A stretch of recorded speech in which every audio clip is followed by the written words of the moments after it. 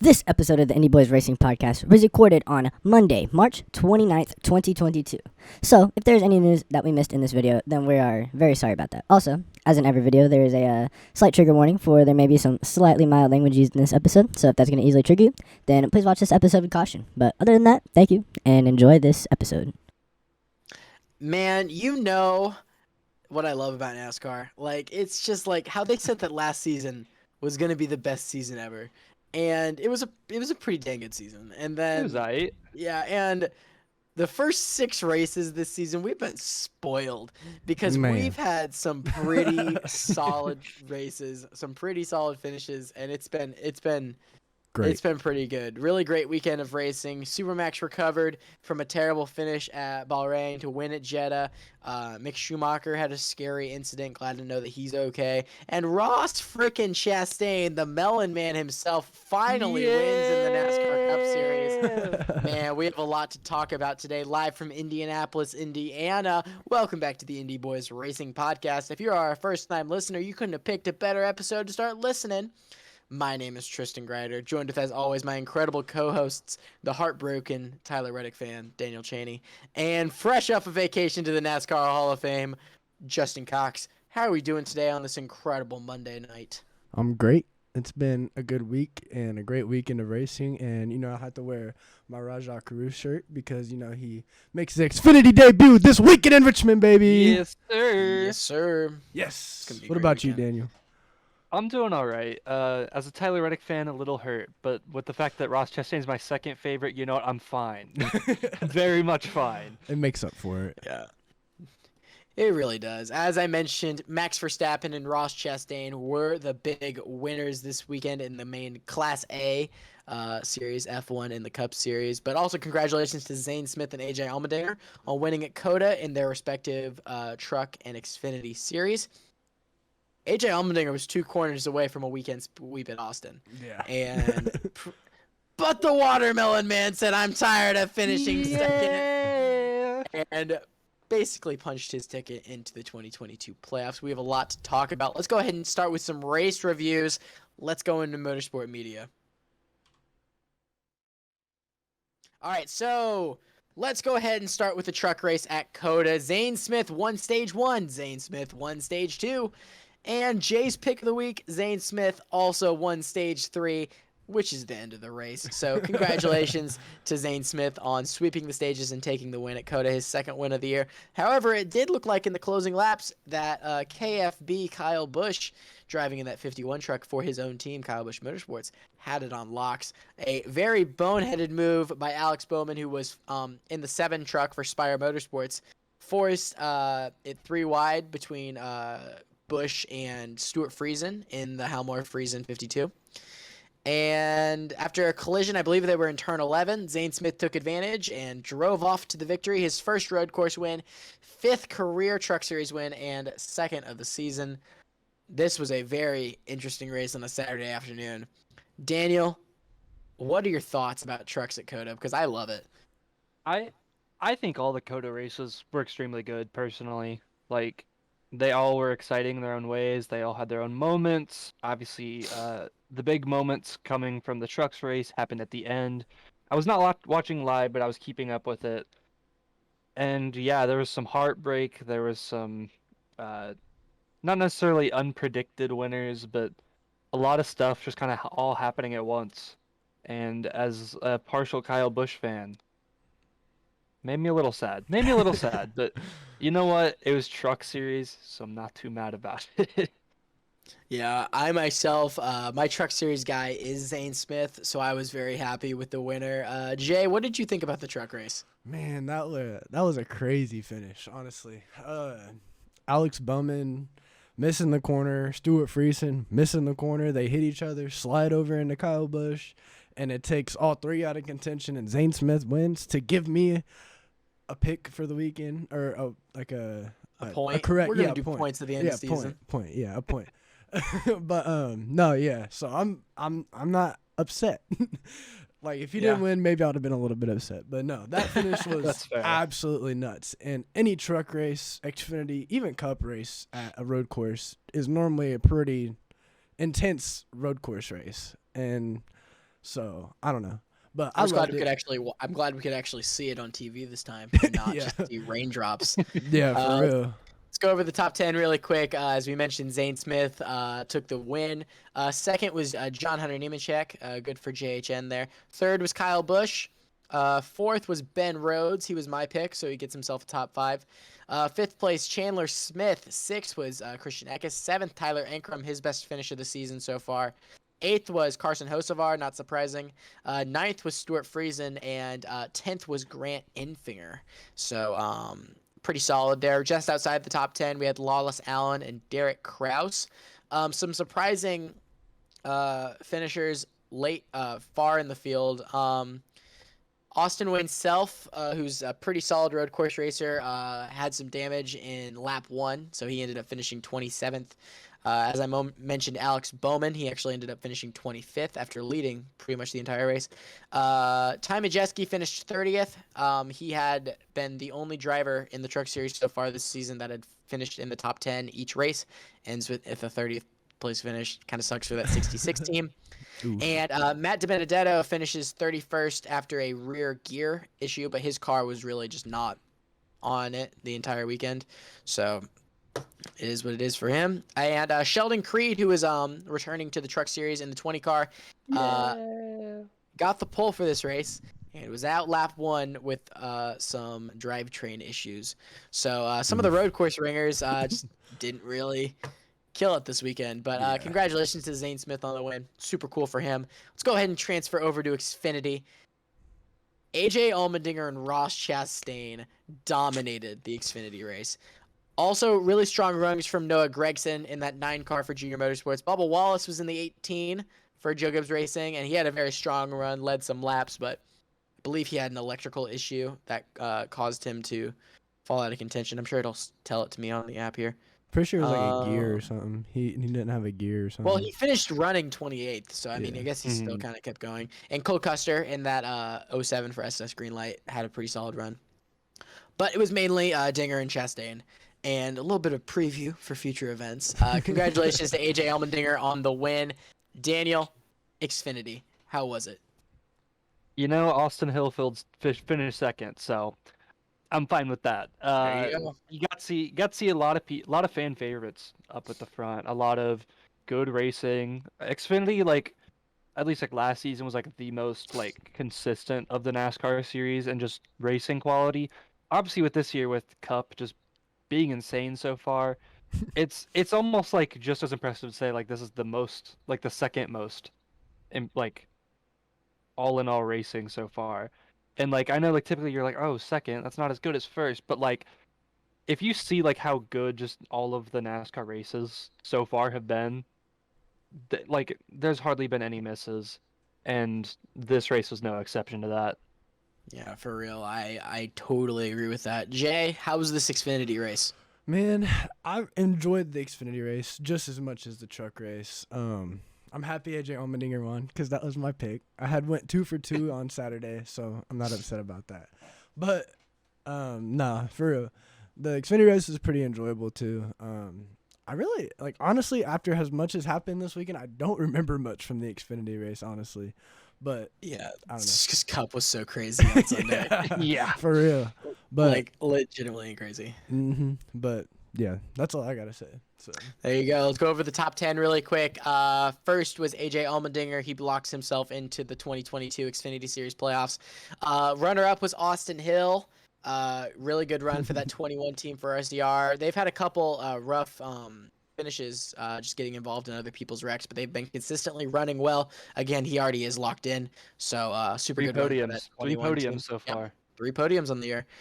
Cole Custer brings it home third, so he gets his second podium of the year in the Xfinity Series. I believe he's running 5 Xfinity Series races, so this was the second one. Fourth place and fifth place, the JR teammates of Noah Gragson and Sam Mayer finish out the top 5. Sixth place, Myatt Snyder, his best run with Jordan Anderson Racing so far this season. Really good for him. Seventh place was Brett Moffitt. Didn't really run well this entire race, so I was really surprised to see that he got a top 10. Eighth place was the road course racer himself, Jade Buford. Ninth place, Miguel Paludo. in that 88 car for Junior Motorsports. We told you it was going to happen, Daniel. And 10th place was Sheldon Creed, just outside of the top 10. We had Ryan Sieg, who's not really a road course guy, but cool that he almost got a top 10. Yeah. And road course ringer himself, Parker Kligerman, finished it in 12th for Joey Gase Racing. Really cool. Some guys that were surprisingly outside of the kind of did not have a great run. Sage Karam finished 16th, and I really thought that he probably would have ran a little bit better. Ran in the top 10 a little bit, just never seemed like him in that Alpha Prime Chevy could really find a way up to the front. Ross Chastain led a lot this race. He was in the 92 for DGM and got spun and pretty much ruined his day. Sucks for that 92 team as Chastain was solid at COTA. Yeah. Again, preview of future events. Wink, wink. Yeah, for real. Josh Berry and Jeremy Clements. Actually, we'll start with Jeb Burton and Jeremy Clements. Jeb Burton finished 23rd. Jeremy Clements finished 24th. They both were running in the top 5 with 3 laps to go. They both received a penalty by NASCAR for cutting the course short. And a little bit of controversy here, as it looked like on television that Gregson and Sam Mayer had also cut the course, and NASCAR kind of let that slide, but they enforced the penalty on Jeb Burton and Clements. And we saw it in the Cup race that literally they were very consistent. It didn't matter if you were running in last place. If you cut that course, you were doing a drive-through. Yeah. And just not very surprising there. Hemrick finished 25th. 26th was Herbst. Continues a bad season for Riley. 27th was Josh Berry. As I mentioned earlier, 28th was Bubba. And very surprising here, these last couple for guys that are normally pretty solid on road courses. 31st was Landon Castle. And yeah, he spun a couple times, but normally a pretty solid road course guy. I was very surprised to see that 10 car that far back. They've been pretty consistently in the top 10, so I'm not super worried for that Voyager team. But, you know. Justin Allgaier finished 33rd. Rough day for that 7 team. And Josh Bilicki in that 45 for Alpha Prime finished 35th. Kind of sucks. And I am going to say this really quick. Alex LeBay was running top 5 and then had a gear issue. So he ended up finishing 36th.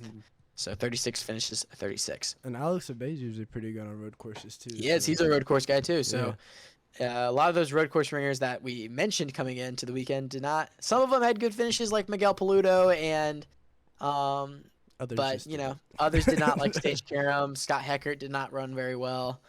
But you know, it is what it is. I mean, it's COTA. Anything can happen. But let's go ahead.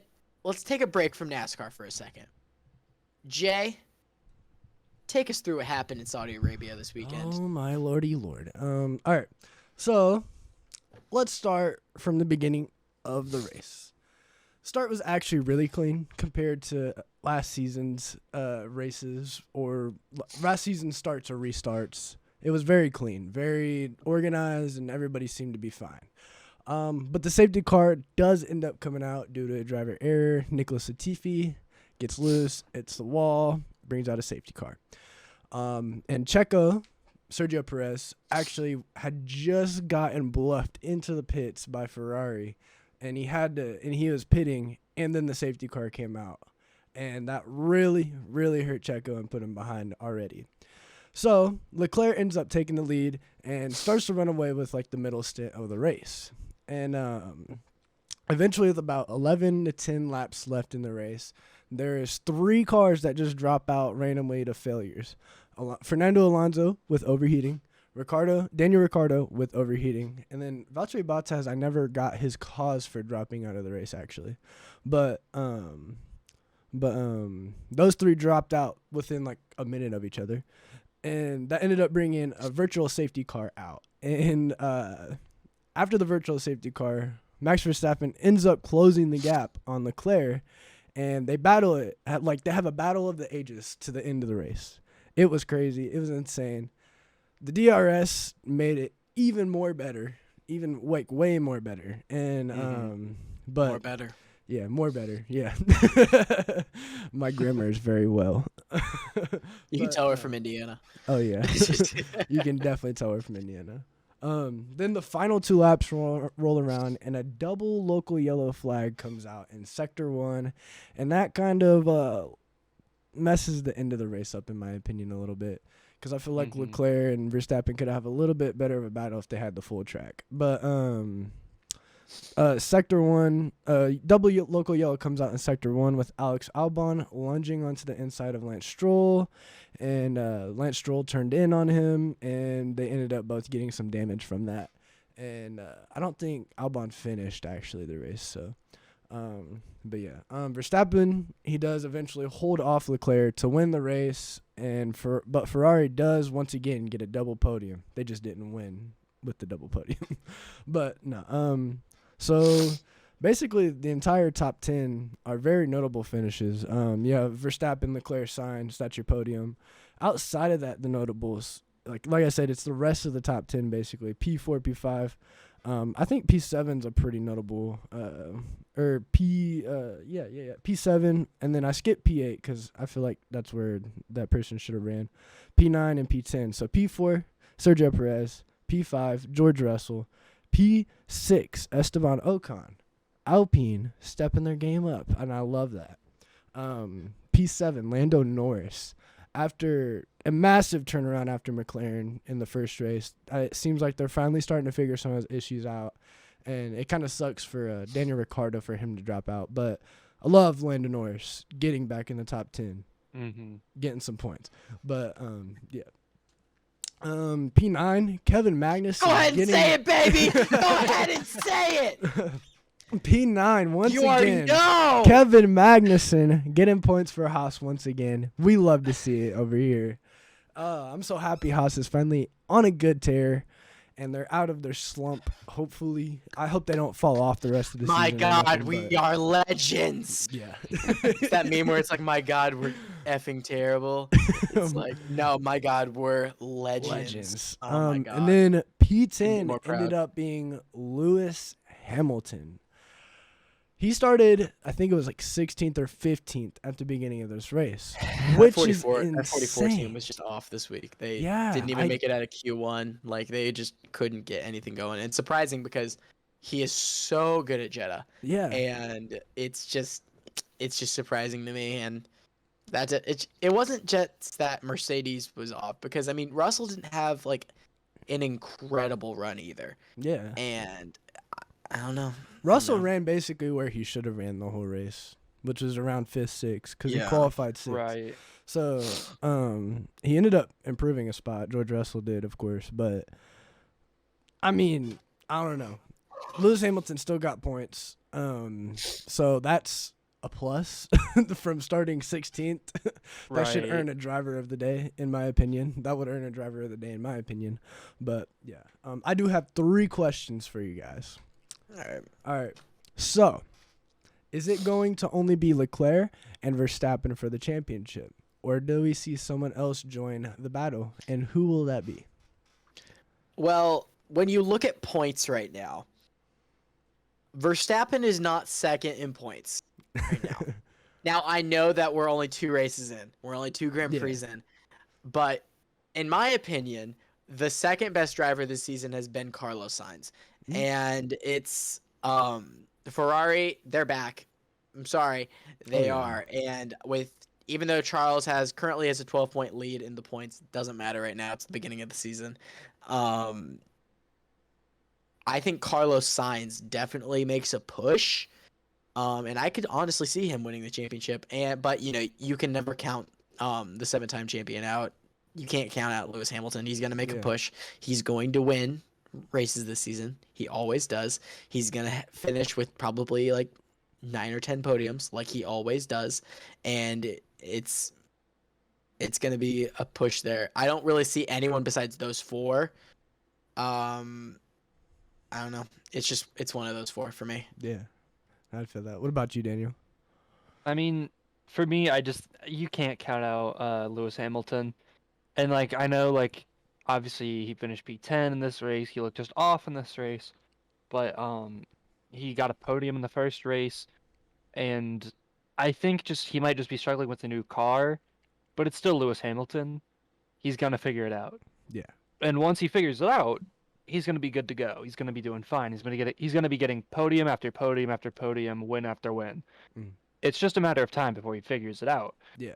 I just truly think like as long as Lewis Hamilton is racing in F1, you cannot count him out. It's Mhm. unless he just decides to like challenge himself and be on like the worst of the worst team for whatever reason. I don't see any scenario while he's still racing that he's not at least a top 3 contender. Yeah. Like you just can't count him out. There's No. really nothing you can say besides that. He is Lewis Hamilton. Yeah. You- Do you know who I think stays top 10 in points though? I know who you're gonna say. Oh, you know it. Go Mr. ahead and Kevin say it. Magnussen. Go ahead and say it. Mr. Kevin Magnussen. Say it with your mouth. Mr. I Kevin think- Magnussen. I think Kevin Magnussen will stay 10th in points. I think he'll stay around that 8th to 10th area for the remainder of the season. Dude, that will not disappoint me whatsoever. Anything compared to the last like 3 seasons for Haas is an improvement. So I will take it. I will take it. yeah. For real. As a new Haas fan, I am now. I like what I'm seeing. I like what I'm seeing. Yeah. Because, like, personally, back on the topic of the question, I have personally Mercedes joining the battle with Ferrari and Red Bull. Because, I mean, Checo's 4th. Leclerc and Sainz have both gotten a podium so far. Verstappen was about to get a podium. Same with Checo and Bahrain, but they both dropped out. Lewis Hamilton, George Russell's run consistent.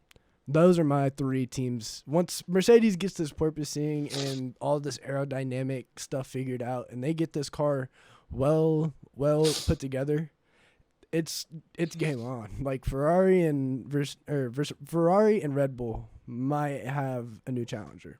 So I don't know. We'll see. All right, second question. McLaren seems to have come out of their woes.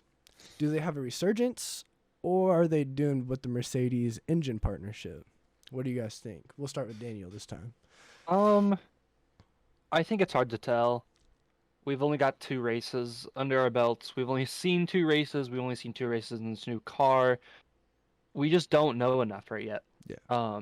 And I think, and even looking at like where they placed, to say like they've come out of their woes already. Lando Norris was only P7, which Yeah. obviously like a top 10, still impressive. Mm. But I feel like McLaren, like in the past, like they can get podiums at times. They can kind of slide up into that top 5, and just they can be better than what they have been in these past few races. Yeah. And so I don't know if it was just a 2-race thing. I don't know if it's going to be a slow grind back up to where they were. I think it's just too early to say. Yeah. I really just don't. I don't know how to predict where all these teams are going to finish out. Mhm. Obviously, the teams that have won races, the teams that have been consistently top 3, like we know they're going to be contenders because it's Mercedes. We know Mercedes Yeah. is going to figure it out. McLaren is just kind of one of those like question marks where it's like you think they're going to finally figure it out, but you just don't. We don't know yet. Yeah. Yeah, it's right there And in that gray so- area. You're like, I mean, they could, Yeah, it's like, but I don't. I hope they figure it out Yeah. because I do really like both of McLaren's drivers. Mhm. I just don't know enough yet. I haven't seen enough. I haven't heard enough. I don't know if they've raced enough in these cars. I don't know if it's an engine thing. I don't know if it's an aerodynamic. I don't know if it's just a driver's getting used to the new car. There's a lot of different factors, and I really just think it's too early to say. Okay. Yeah, about you, it's too early. But I mean, at the beginning of the season, I thought I thought Lando was gonna be a championship contender, and right now, like just through these first 2 weeks, I'm like, not gonna happen. The fact that Ricardo hasn't gotten points yet this season, it's kind of it's rough. However, McLaren's not the only other team that's like normally a threat for points that is struggling right now. Williams is struggling. Aston Martin is really struggling. Even Alfa Romeo is kind of struggling, even though they both scored points at Bahrain. Yeah. But I mean, yeah, it's just. Well, I mean, what can you do? It's just, I mean, it's too early to call. Do I think Lando probably gets to win this season? Yeah, but I don't think that they're a threat anymore. It's No, I can see it. yeah. All right. Last question, and then we can go back to NASCAR. Finally, Haas has been on a tear for the start of the season. Joe, did someone say Haas?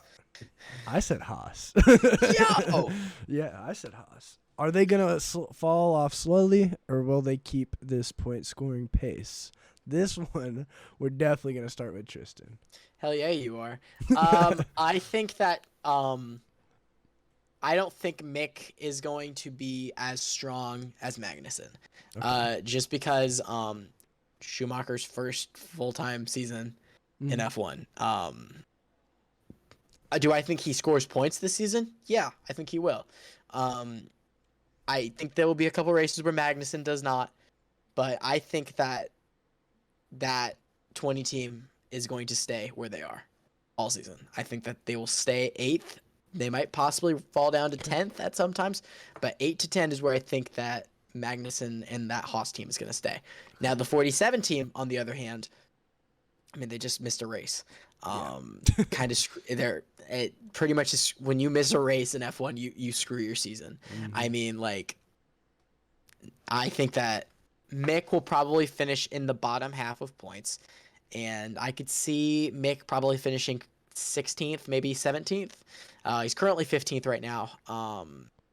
But I don't know. Yeah, like that 15 to 17th area is where I see Schumacher finishing, just because it's his first full-time season and you're with Haas. I mean, it's not like you're second full-time. Oh, second. I'm sorry, second full-time season, and he's with Haas. I mean, it's just how it is. But you know, Still trying but yeah, to I figure think everything out. I really am. I think Magnussen stays where he is. I don't think Schumacher does. I think Schumacher falls. Okay. But you know, I guess just my Haas fan opinion. Honest Haas fan over here. Honest Haas fan over here. Can you tell I became a fan last week? Yeah. All right. What about you, Daniel? Again, for me, it's a little too early to tell, but I do think Kevin Magnussen is proving that as long as your car is semi-good, Yeah. that as long as the driver is good, you can contend for points. Oh, you know the driver's Do good, I baby. think Kevin Magnussen's gonna be a championship contender? No. But No. But they're better than a usual Haas here, so like I applaud them for that. I do think there's a chance that Magnussen does end up finishing in the top half of points. I think that might be like a 9 or 10. I think he's not going to be like high up there or like kind of in that middle tier of the top 10. I do think he's going to be kind of middle of the pack, but for Haas, that's a good thing. Like middle of the pack's okay in my Yeah. book. Score like points every weekend. Make hey Mag, you got it. if you would have told Haas last year that next year don't worry, you're gonna be middle of the pack team, I bet they would have been like, can we find a time machine, please? Can we get to next year already? Hey Haas, Nikita Mazepin's not going to be your driver. Like they would have been like, what? But Oh, you God. get to use his money. Yes. And they're like, oh, we're sold. Yes. We're sold. We're easy. We at least Yeah, get this Ferrari engine for 1 year. Come on. Right. Yeah. And that's I another do thing that's think- helped them too, is the Ferrari engine. But go ahead. Mhm. I do think Magnussen will finish about in the middle, and for a Haas driver, that's impressive. So I consider that a win. Yeah. Okay. Very, very noticeable takes. I appreciate that, fellas. Let's get back on over to NASCAR. Tristan? Yeah, really quick before we start talking about NASCAR, I feel like we should address the other Haas boy, Mick Schumacher, who had a very scary crash in. I don't remember if it was P1 or if it was P2. It was qualifying. It was Q2. It was qualifying. Q2. Sorry. Looked like he had lost it going through the S's, ended up smacking the wall. Looked like an IndyCar crash. And glad to see that he's okay, but did not have was not cleared by F1 to run. The following day sucks for that whole 47 team. I hope that they can rebound at Australia in 2 weeks, but it's just going to be rough for that 47 team. Yeah. But yeah, let's go ahead and go to Coda. Let me just say how happy I was that this was visible on TV. Oh yeah. me and Daniel watched Coda last season. Yes. Together. And it was actually the first Cup race that Daniel has ever watched all the way through. And we watched it all the way. Second half. We watched the second half. Did we watch the second half? Okay. You were keeping up so you with it on watched your phone. Martin Truex get thrown in the air. We did watch that. Yeah. Damn. Yeah, we watched that. But we watched the second half of Coda last season. Yeah, that's right, because I was paying attention. I was watching it on my phone, and then we went watching it. So I was happy to see that it was visible. Let me just say, Trackhouse Racing came to play this weekend, and we told you guys that they were scary. We said it last weekend. We said it at the beginning of the season. We were right. You trust the Indy Boys Racing podcast. Suarez and Chastain were the two best cars in the field. Suarez dominated stage 1, and at the start of stage 2 was spun and ended up blowing a tire. Visible damage to that 99 never recovered. I'm sorry. If Suarez doesn't get spun, Suarez wins the race. He was the best car. Yeah. But, still brought it home to a 24th place finish. Not what Suarez wants, but it's better than what he was in last. So, good for him. However, the other Trackhouse Racing Chevy was on it. Ross Chastain was fast. That whole one team was killing it. Yeah. Pretty much, doing record laps around that course. What's up, Jay? Both the number 1 cars won this weekend. I just thought about that in my head. Yeah. Oh my God, they did. For F1 and NASCAR, both the number 1 cars. I just thought about that in my head. Super Max and Super Ross. What's up, baby? For real. Stage 2 ended up going to Denny Hamlin because of pit road strategy. So Jay, he didn't finish in the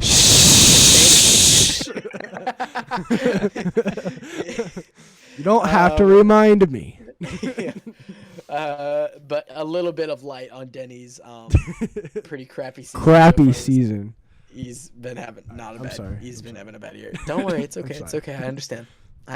It's almost like someone called it at the beginning of the year. Hey, he's not the one who made Denny his championship prediction. I don't want to hear it. Okay. Yeah, that's true. That is true. Oh, that's right. You did pick Denny to be the champion. Oh, wow. And I don't think that's happening anymore. Man, it's still early. It's very possible. It's very possible. We haven't been to Darlington yet. That's true. I don't have the faith anymore Darlington that I or once Pocono? did. Darlington. Sure, Darlington and Pocono. Pocono? I don't know. Pinocchio. But anyway, other Trackhouse Racing, Chevy, Ross Chastain on it.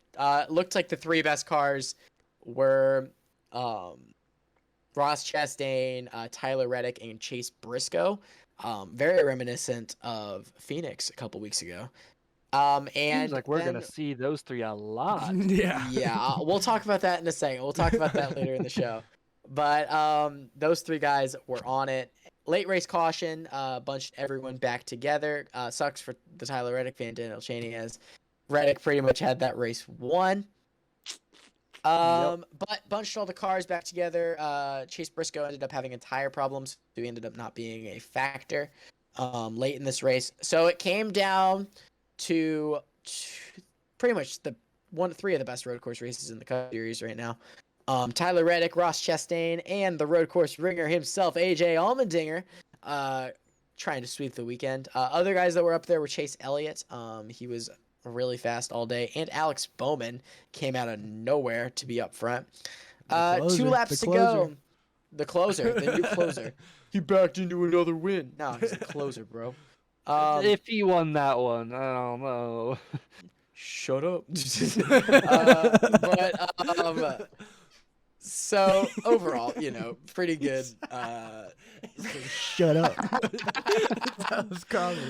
Anyway, let's go. So 2 laps to go. Chastain takes the lead in the S's over Tyler Reddick. Reddick starts to fall as AJ Allmendinger and Bowman and Chase Elliott all get by him. And with 1 lap to go, Ross Chastain looks like he's going to win his first Cup race. Turn 17. Chastain is holding off AJ Allmendinger all the way until turn 17. AJ gives Chastain the bumper and moves Chastain. He moved him. Okay? As they're going down the straightaway into turn 19, Bowman gets past Chastain and gets past AJ Allmendinger. And now Alex Bowman, out of nowhere, looks like he's going to close himself into another win. The new closer, Alex Bowman, is now leading for a brief point in time. AJ Allmendinger gets pushed by Chastain, and we later realize why Chastain did this. As we're going down into turn 19, Chastain sends AJ Allmendinger into Alex Bowman. Those cars bumper car off each other. Bowman's car slides through. AJ Allmendinger goes into the kitty litter, spins out, and Chastain just drives on a nice Sunday drive off to his first victory and smashes a watermelon on the finish line. What a finish this was. If this wasn't the finish of the weekend, we had 3 damn good finishes at COTA this week, and this was easily the favorite. Obviously, it's a Ross Chastain win. There's obviously going to be controversy with how he did it. The wheel! And it's just like... That's my favorite Ross Chastain moment. And the wheel! He turns left! The wheel! And, Ross Chastain turns left! I think that was actually it was Harrison Burton turns left. Oh no, that yeah. might have been what it was. That might have been what it was. Yeah. I don't remember. I just remember Vince Welch said the wheel, and that was a Ross Chastain win. But Chastain gets his first Cup win. Locks himself, pretty much is locking himself into the Cup Series playoffs. Now, here comes the Twitter debate. Jay Cox, was this a dirty move by Ross Chastain? Hell no. Listen. There you go, baby. People complain about drivers not being aggressive enough. But once a driver is aggressive enough, they complain about that too. Okay? Yeah. Can we talk about that? Everybody's like, oh, but the drivers aren't moving each other enough and whatever, this, that, and the third. AJ Allmendinger was moving Ross Chastain throughout the rest of the course, and he moves him back. Unfortunately, Alex Bowman was there. They hit each other. Allmendinger got the worst of it. But it was not a dirty move. I don't think Ross Chastain touched him once the rest of the beginning part of the course. If that was Dale Earnhardt, he would have done that up there in turn 2. Exactly. That's what I'm saying. People want aggressive driving, but once it happens, people don't like it. And I don't get that. I loved it. I didn't care who it was.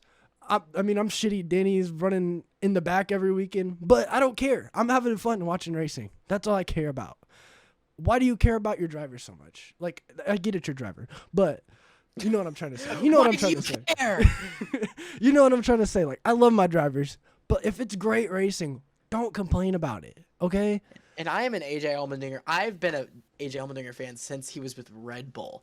And was I jumping up and down for Ross Chastain? Yes. Yes, I was. Because it's awesome. Because Ross Chastain has been the most consistent driver all season. Yeah. He had a really crappy finish at the 500, but since Las Vegas, he has finished in the top 3. I think it's Las Vegas. It might be Phoenix, but no, it was Vegas. Because it's 4 straight podiums now, I think. Let me check. He finished. Yes, he did. Since Vegas, he has finished in the top 3. Yeah, and his win was coming, and he deserved it. He deserved it. Yeah. And Daniel, what do you think? Do I think it was a dirty move? Yes. No, it was not. That was fully deserved. And it was fully deserved because AJ, while he wasn't being as aggressive like earlier that lap, he was still being pretty aggressive. He was bumping Chastain a little bit, and that kind of screwed up Chastain at first. So I think it is completely justified that he got to kind of give a little bit of payback. Do I think it resulted worse? Yes. Obviously, exactly. I do think that Allmendinger probably does owe him one later in the season. Yeah. But even Chastain said that. He was like, you know what? If he AJ's does, it is what probably it is. he's earned it on me. Yeah. Like he's I got something coming for me later. But Yeah. when you're going for the win, your first career win, and you can lock in a playoff spot, you can prove all the doubters wrong. You're going to drive aggressively to get that win. And I don't know how many of these people on Twitter and Facebook and whatever forums and stuff people are on, if you're complaining about Ross Chastain, who's known as a pretty aggressive driver, being aggressive to get a Ross Chastain-esque win, why are you still complaining? I'm like, Exactly. how many times do I have to like take your head and just smack you on the side of the head, Will Smith style? Like, I'm gonna put your head in a watermelon, bro. Put your head. It In just- Will you Smith don't style. get it. We Like, said Will he- Smith back. I'm He's an dead. aggressive I'm driver. dead. Of course, that's how he's going to win. He wasn't just gonna leave them all in the dust. It's a very like Oh, this man said Will Smith close style. racing season. All the cars are pretty Yeah. close together, and especially on a restart where every car is right by each other, you're going to get aggressive racing. I don't know how many times I must tell people that's the product you're gonna get in a 2-lap overtime. It's going to be aggressive driving. And And that's when you whether have it an be a road aggress- course yeah. or oval too. Either way, Exactly. like, and at so many races, you'll see multiple overtimes because people keep wrecking because that's what happens in an overtime. Whether you like it or not, that's the rules. That's how the drivers use those rules. Is it kind of using it to an advantage? Yeah, probably. But the rules exist like that, so why wouldn't you use them how the rules are intended? Exactly. Yeah, I saw double overtime in the Truck Series race literally this weekend, Yeah. and this has been a good season. I don't care what anyone else thinks. Congratulations to the Melon Man on his first career victory, the first of many, and he's killing it this season for real. Like, it's unstoppable. He's gonna be unstoppable. Can I make a comparison real quick? Go ahead. Go Okay. for it.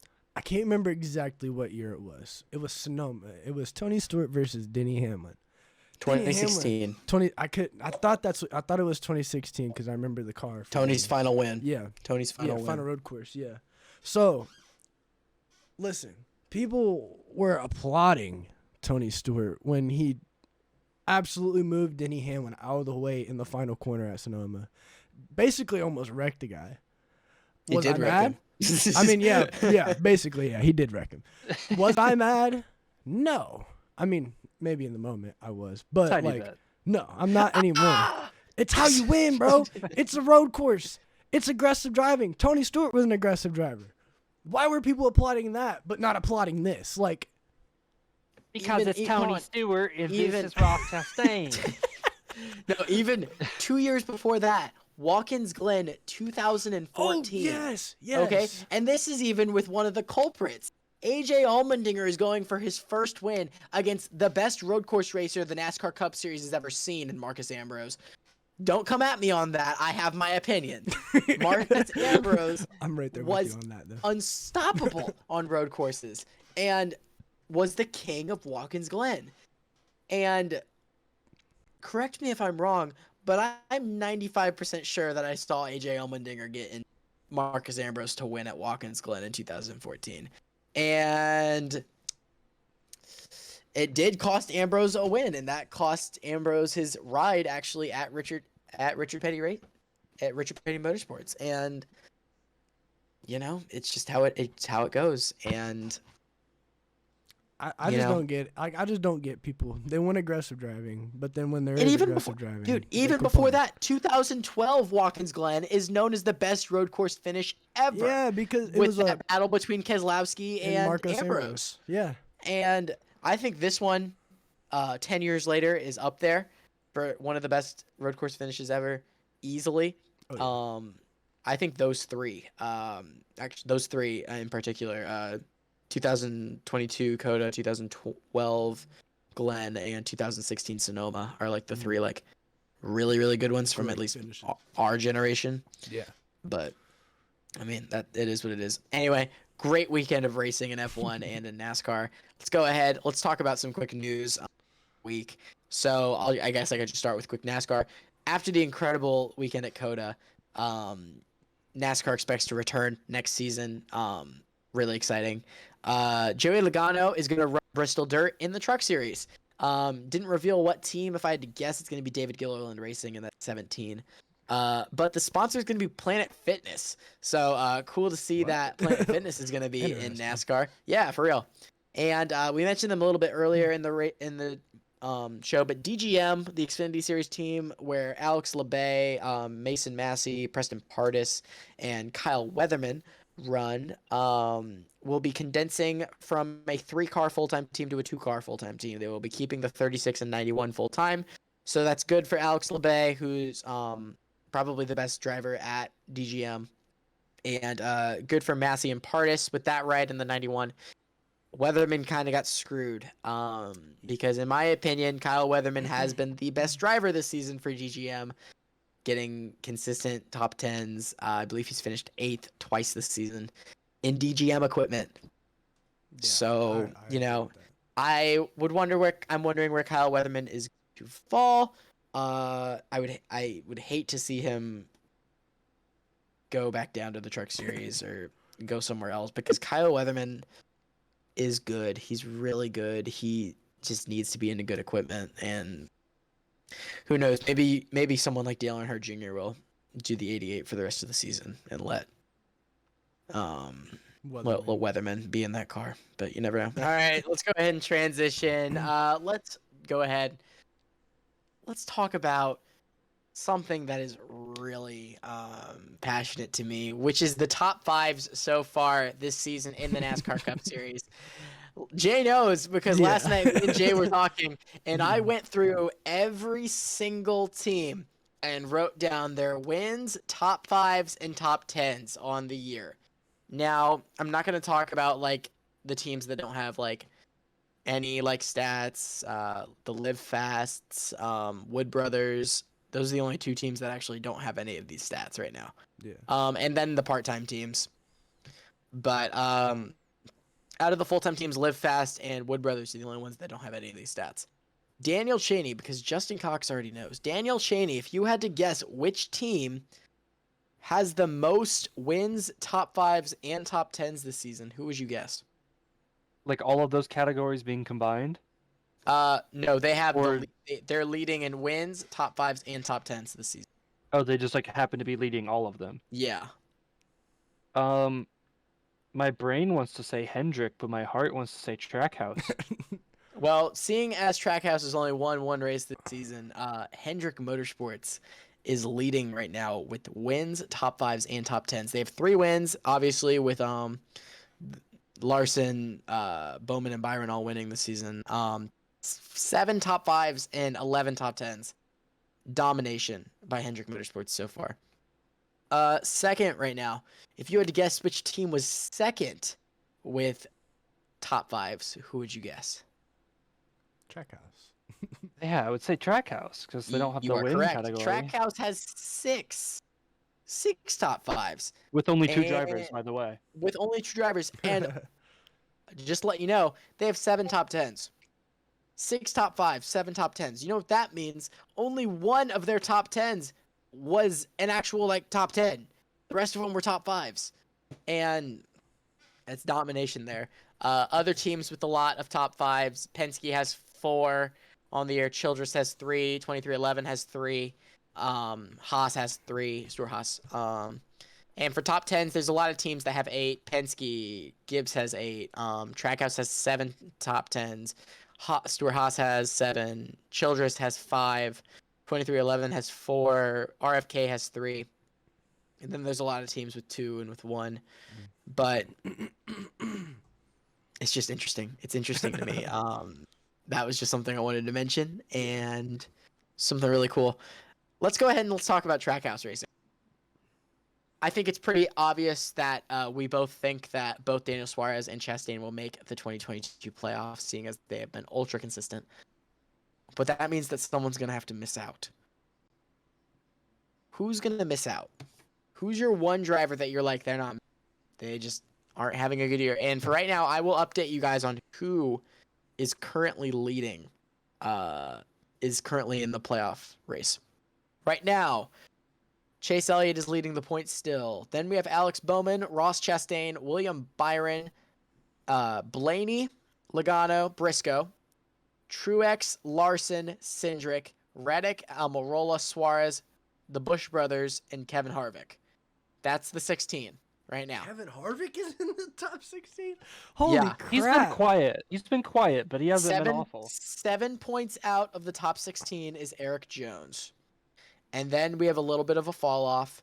I'll read the drivers that are into the top 25. So 17th, Eric Jones. 18th is Dylan Austin. 19th is Buescher. 20th right now is Bubba after that really bad performance at COTA after the wheel fell off. 21st is Haley. The wheel! 21st is Haley. 22nd right now is Denny Hamlin. 23rd is Chris Bell. 24th is Ty Dillon. And 25th is Michael McDowell. Who's missing out? Which big name driver is going to miss the 2022 playoffs in the Cup Series? Can I go first? Go ahead, Dan. I'm just doing this so Jay can't steal it. I'm going with Christopher Bell. I don't know. It's been a pretty rough season. COTA, he ended up being fine. Yeah, It didn't look like he was gonna finish fine. The day overall was pretty rough for him. But I don't think Christopher Bell's looked as good. Obviously, he hasn't won this year, and he won once last year. I don't know if it's just a JGR thing. I don't know if it's a Christopher Bell thing. It could just be a new car, and we're seeing what drivers excel better in the new car, much like how we've seen at F1. I don't think Christopher Bell makes it if he continues to drive how he's been driving this season. I don't see a scenario where Christopher Bell makes it. Yeah, I get that. Jay, are you still thinking, or you want me to go? All right, cool. Kind of figured. So my bold prediction here, I think that even though he's made the playoffs these last couple of seasons, I don't think that Austin Dillon is going to make it. RCR has been great. I'm sorry. Tyler Reddick has been great. Yeah, that's more like it. Austin Dillon has been good. He has been good. He does have top ends. He's been fine. He got second at the Clash, which is a non-points paying race. Did well at Daytona. Did well at at Atlanta. I don't know. I don't see Dillon making the playoffs. That's my big one. Out of these guys that are in the top 25, the only other one I could see possibly missing it, that's like a big name guy, would possibly be Bubba Wallace, just because I mean he's pretty much a lock on super speedways that like he's going to run up front. We saw it last year at Talladega. He ran up front. We saw it last year at Daytona. Ran up front in both of those races. Daytona this year finished second. Atlanta was leading the race. Yeah. I think the only person there that could possibly miss that's not like Denny Hamlin's going to make the playoffs. And like, yeah, I think Bubba would be the only guy that could possibly like miss that. That's like a big name guy. Jay, do you have your pick? Wow. Yeah, that's what I pointed at when you that's what I pointed. In case you guys are listening on like Spotify or something, I wanted to let you get this visual. But if you guys have watched any of the YouTube episodes, I pointed out my Denny Hamlin flag. I do not think Denny Hamlin is going to make the playoffs this year. So I just don't see them turning it around, honestly. Like, it's been such a bad luck season. And I mean, as much as I am a Denny Hamlin fan and I want to be hopeful for him, the realist in me says no. But the fan, of course, says, yes, he's going to be fine. The realist in me says no. Now you know how I felt in 2015 and 2016 Yeah. being a Casey Kane fan. Yeah. Because it was rough. Yeah. Mans didn't lead a lap for 2 seasons.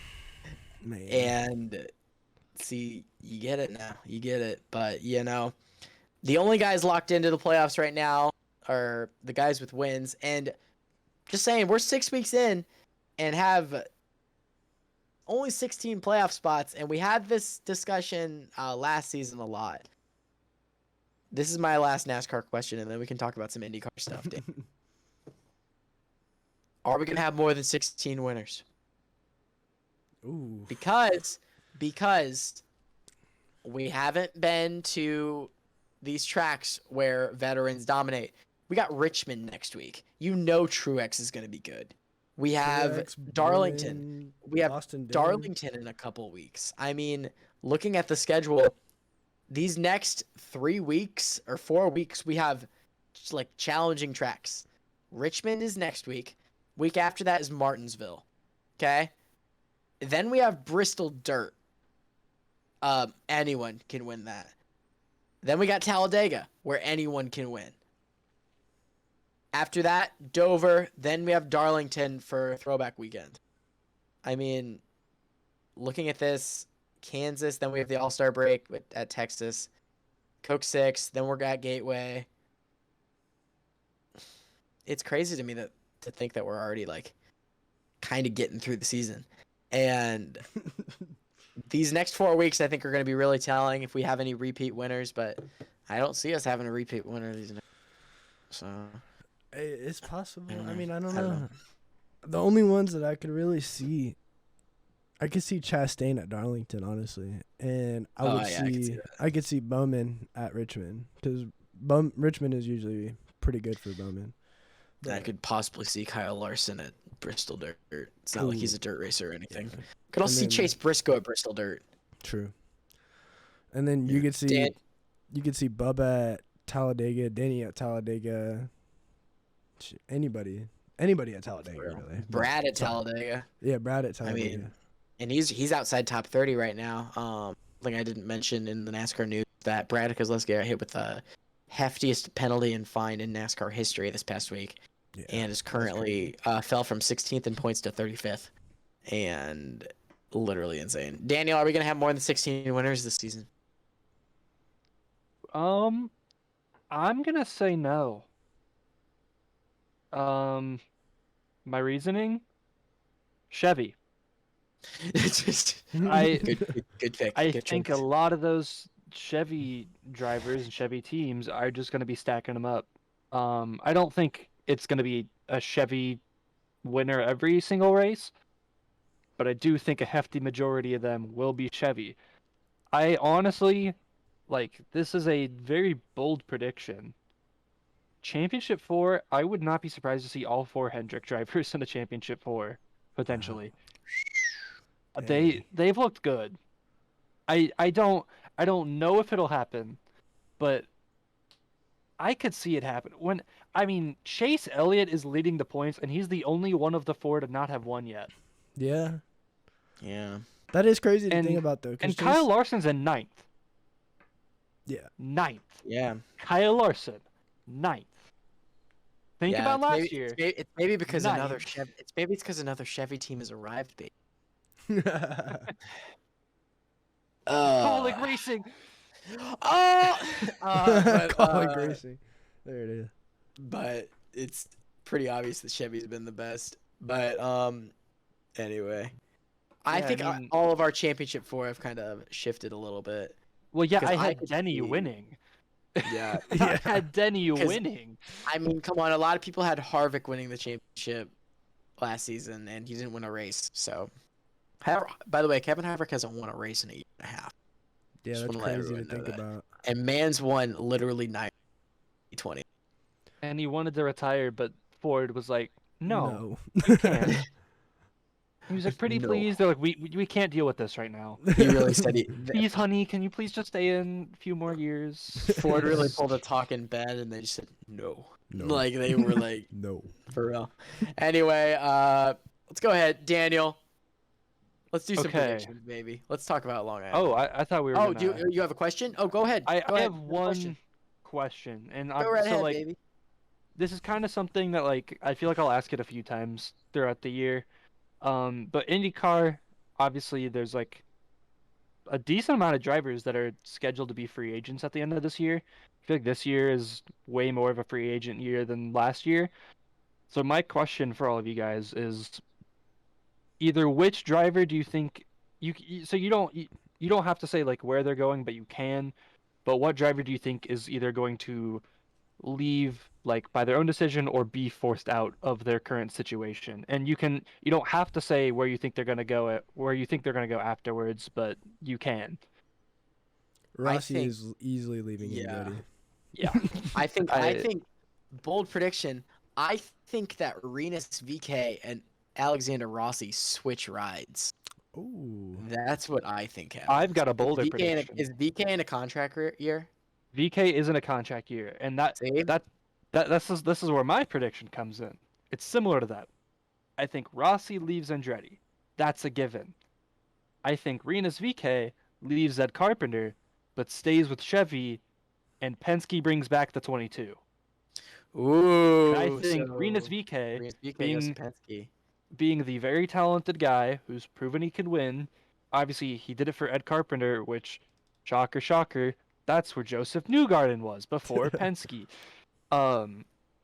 He's in a similar situation to Newgarden. He's proven he can win. He's very fan-friendly, which Penske really likes, which is my one question mark about the whole rumor that Rossi's going to Penske, because Rossi's very much like an introvert, which like isn't a bad thing, but doesn't really fit the Penske guy mold. He could prove me wrong. He could go to Penske. Rossi would have to shave. That too. Yeah, That too. Yeah. Which I don't think that's as big of a deal, but but I wouldn't be surprised to see VK in Penske. And then for Rossi, I don't know if either he takes VK's seat in the 21 for Ed Carpenter, or I believe both Arrow McLaren guys are due for a new contract. I think he replaces probably Felix Rosenqvist in the 7. So who goes to Andretti? I think that's where Kyle Kirkwood takes the 27. Whoa. That's bold. I think a lot is going to happen. So who gets the 14? So does Rosenqvist go to the 14? I think Rosenqvist go to the 14? I don't know if a veteran goes there, or I don't know if they bring in another Indy Lights guy, or if Charlie they bring. Kimball's back. I'm kidding. There's a lot of things that can happen, and obviously it's very early. Linus Lundqvist is probably going to be. That's what I was going to say. Lundqvist. But here's the thing. I mean, HMD might, because he's an HMD guy, so who knows? Maybe we'll see Dale Coyne run a third car next season. Sure. But possible. Because you never know. See, my prediction was Rossi leaves Andretti. Mm-hmm. And then once you said ECR, I was like, that could make sense. So he goes to ECR. Now Rosenqvist is leaving Arrow McLaren. I think we see Rossi at Arrow McLaren, and then Rinus VK does what you said and goes to Team Penske. Mm-hmm. So I feel like that's how. Do you think Rosenqvist goes to ECR? No, I think he thinks Rosenqvist is going to go to Andretti. Yeah, no. I think he'll go to ECR. So where will Rossi go? Arrow McLaren. Oh, okay. I don't know. Yeah, that was. Okay. I don't know. I don't know the IndyCar lingo like that, so. Yeah. But I don't know. That's my prediction, though. I say Rossi does end up at Arrow McLaren next year. That's my prediction. That's all I'm gonna say. I think there's a lot of things that could potentially shake out and happen. Looking at the roster, I'm trying to remember who's all free agents after this coming year. I think Will Power has one more year, and I don't think Will Power's gonna retire. I don't think he leaves or retires until his contract's over. As long as he's getting paid, I think he stays in that seat. I can see it. I think once the contract's done, he might retire. Yeah, it depends on how he does this year. I mean, he's been doing pretty solid this year, so I mean, he's second in points already. So my prediction that he wouldn't be in the top 10 is already kind of looking like a dud. So, dang. I mean, we all can't be as great at predictions as Tristan Grider. I got both predictions right on Sunday, and I want my credit for that. You almost predicted. Though. Hey, you almost predicted a Chastain sweep. Yeah, my man. He said it, and we were like, "Okay." It's not that I almost predicted it. I predicted it, and it almost happened. Yeah. No, that's what's crazy because I said in the group chat the other day after he won, I was like, bro, really said like in the preseason picks, he had Chastain as a wild card for Coda. I wouldn't have thought of that. I wouldn't have thought of that. I would not have thought of that. I was like, what? Like, that was crazy to me. I was like, that's bro. what I call commitment. I committed to that prediction. I said this one's a bold one, and I think it's gonna happen. You did. I didn't even know that he was gonna get 4 straight top 3s. I had no idea how good he was gonna be, but I was like, you know what? He did well in Chip Ganassi. Let me just Coda. try. As long as they're the same, I think he's gonna perform fine. Yeah. And obviously, they're way better than Chip Ganassi was last season. So I had to stick with that. The next gen car, I feel like, has helped Trackhouse Racing a little bit. 100%. Yeah. But let's go ahead. Speaking of predictions, we have 2 NASCAR races next season that we have to predict. Get a little break still from IndyCar. Get a little break from F1 this week. Let's talk about NASCAR. Let's go to Richmond. 2 races at Richmond. Let's go ahead and start. So we got Xfinity racing this week. Trucks gets a break. We're going to Xfinity racing at Richmond. Jay, who you got for Xfinity at Richmond? Man, okay. As much as I want to pick my boy Raj, I can't because like I don't think Alpha Prime is necessarily winning equipment. But that would be my pick if he was in a winning car. But to actually win the race, I'm gonna go with Noah Gragson this weekend. Hey, good pick. Yeah. Good pick. I'm going with Daniel Hemrick. Ooh, okay. That's my pick this week. I think that the 2021 champion gets it done. Daniel, who's your pick? I think I'm gonna go Justin Allgaier. It's a veterans track. Good. He's a veteran. That's a good pick. That's a really good pick. All right, let's go ahead and go to Cup. As we always do, 2 picks, 1 guarantee, 1 underdog. Jay, who we got at Cup at Richmond? Okay. You know, he's a stage winner, MTJ. Yeah. But that's who my pick is. That's who my real pick is. Now, in my opinion, that could be a wild card pick because Toyota's kind of been iffy. I'm going to switch that. That's going to be my wild card. That's going to be my wild card. Let's be safe. Mm-hmm. That's going to be my wild card. And now, my actual pick, I'm going to go with Alex Bowman. I say he repeats there this year. There you go. There you go. But just a reminder that Alex Bowman did not lead all the laps last season at Richmond. It was actually dominated by one guy by the name of Kyle Larson, who did very well at Richmond last season. But however, I'm not picking Larson. I am going to pick Truex. Truex is very, very good at Richmond. And, again, veterans track, I think Truex does well. My underdog pick, going with Kurt Busch. Again, veterans track. I think 2311 Racing 45 fast. I mean, 2311 Racing had a rough Coda. They were rough. Yeah. But people forget that at Atlanta they had 2 cars that could have finished in the top 10. Obviously, Wallace involved in a wreck on the lap nullified his chances at a top 10. But Busch got 3rd, and 2311 Racing, I think that Kurt Busch gets the win. That's my underdog pick. Chaney, who we got?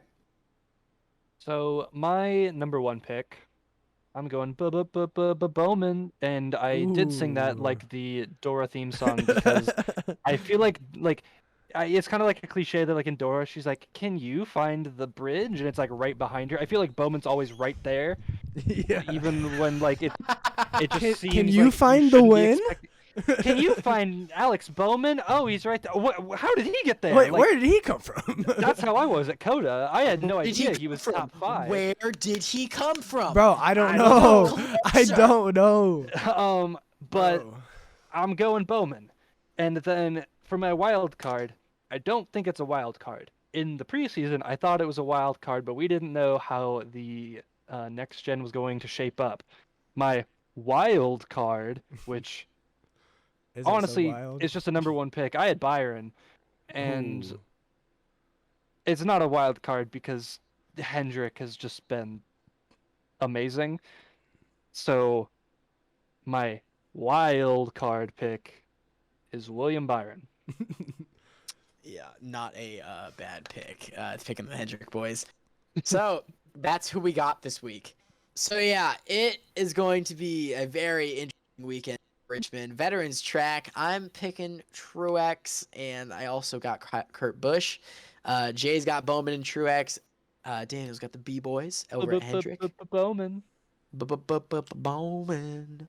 But it's going to be a very interesting race. Does Ross Chastain keep the streak of top 3 finishes? Can he get another podium? I'm going to say he does. So there you go. We're going to talk about all that and more next week in the Indy Boys Racing Podcast. We actually have a very special guest joining the show next week. I won't reveal too much about who it is. We'll tease it over on Monday. But let's just say it's an IndyCar driver, and you guys can guess away of who you guys think it is after that. I will say it is not our boy David Malukas. So you can pick one of the other 25 drivers. Yeah, it is one of the other 25 drivers that are in the. Leave your guesses down below in the comment section if you're watching on YouTube. Actually, after this podcast tonight, we should post a post and have a really zoomed in image of his car to see if anybody can, like, really zoomed in image to see if anybody can guess. I'm down. I'm down. I'm down. I will put that out on Thursday. I'll put that out right after the show on Thursday. That works for me. But anyway, gonna be a great weekend of racing.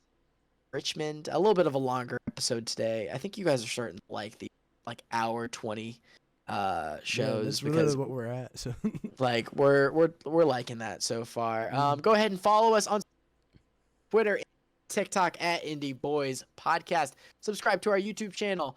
Our YouTube was on Jay's YouTube channel for a while. We went ahead and made our own YouTube channel. Go ahead and subscribe to the Indy Boys Racing Podcast YouTube channel. Obviously, watching this if you're on YouTube, but it is also linked in all of our social media. So go ahead and hit that subscribe button and leave a like. Speaking of leaving a like on this podcast, if you're listening on Apple Podcasts, if you're listening on Google, if you're listening on Spotify, which is how most of you listen to Spotify, we would love to hear your feedback on the Indy Boys Racing Podcast. Go ahead and follow us all on our social medias.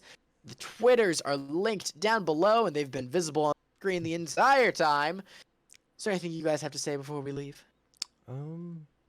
No.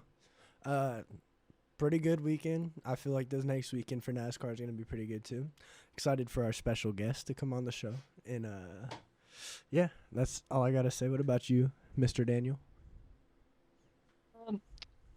I was trying to think of something fun to say, so I think I'm just gonna go meow, meow, meow, meow. Hey, when we're recording this, 62 days. 62 days, baby! Which means when this comes out, 59 days. Even less. Until the Indianapolis 500. Signing off from Indianapolis, Indiana, for Daniel Chaney and for Justin Cox. My name is Tristan Grider. You guys have a great rest of your day. Peace!